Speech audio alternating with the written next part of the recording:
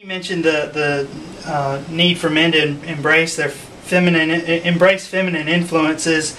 You talk about the women. You talk about women who influence Warren Buffett. Are there women in business and finance today that you and your readers can admire, and what can we learn from them? Yeah, absolutely. I mean, I was really lucky in the book to be able to interview several different female money managers, and one of them that I love them all, I have to say, but one that I know people in Mississippi would especially relate to is LouAnn Templeton. She lives in Chattanooga, Tennessee. She is just the sweetest, cutest girl, and very smart, and she is the great niece of Sir John Templeton. And she runs with her husband a money management firm out of Chattanooga.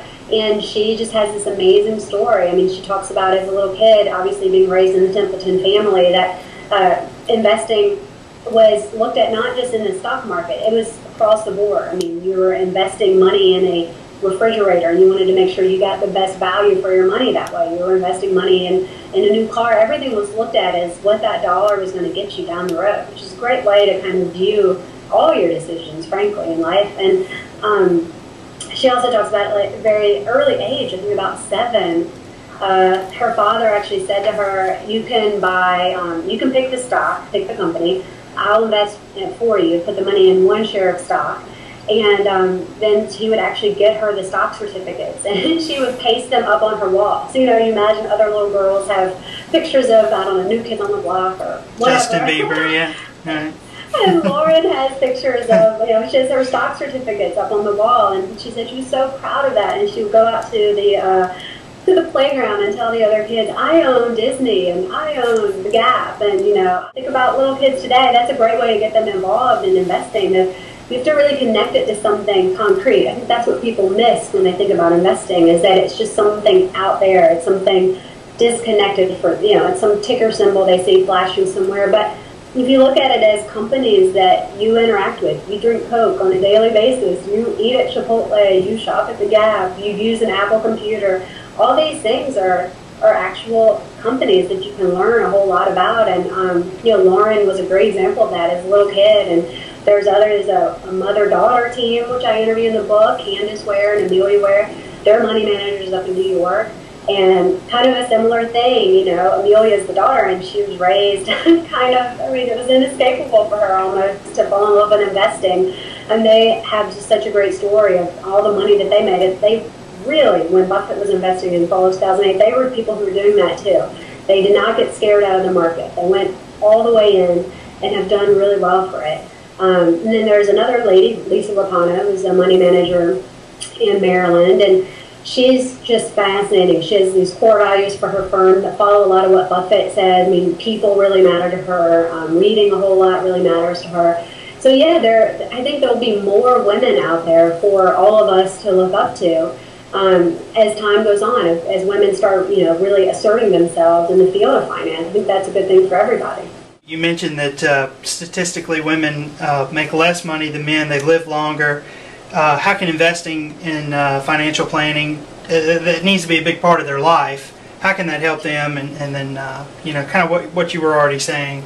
Mm-hmm. Mm-hmm. Yeah, absolutely. I mean, I think it's really important. I've been asked a couple of times, why aren't more women investing? And I mean, that's a great question. I wish I knew. I think more women do need to be investing, honestly, because it's important for us. The stats are clear. We don't make as much money as men during our working lifetimes. We tend to take time out of the workforce, when people have children, and then when you come back in, there's more stopping and starting, and that can hurt us. And one stat I saw actually said that on average, by the time a woman turns 64, she will have missed out on $430,000 attributable to the pay gap alone.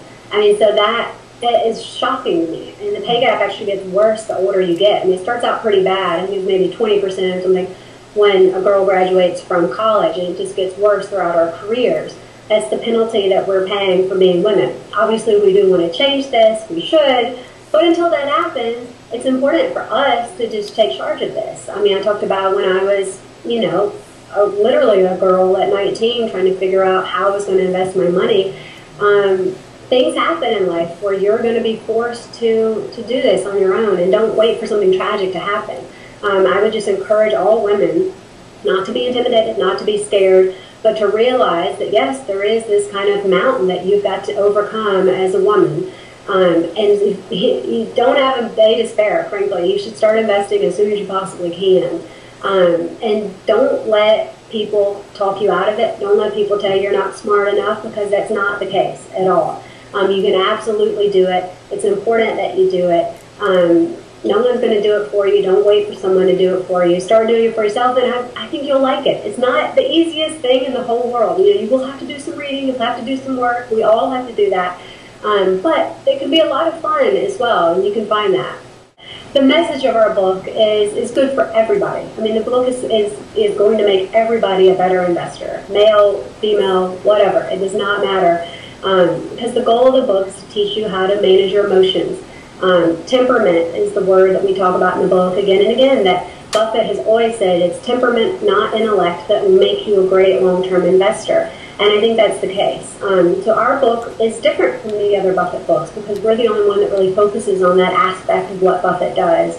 And he believes that managing your emotions is the way to make the most money over the long term. And, you know, how can we possibly doubt a guy like Warren Buffett? So I just encourage people to recognize that, yeah, the book, we have a fun title, but we have a good, serious message for all investors, too. It'll make you more money in the long run. And so pick up a copy. If you're a man and you just can't do it, you just can't let yourself be seen reading the book. It's called Warren Buffett Invests Like a Girl. Then I would say pick up a copy for your wife, pick up a copy for your daughter, encourage them to start investing. And hey, you know, 3 to 5 years down the road, when they're beating the pants off of your portfolio, you can go in the back room, pick up the book, and go, you know, hide with it, read it, and we won't tell anybody.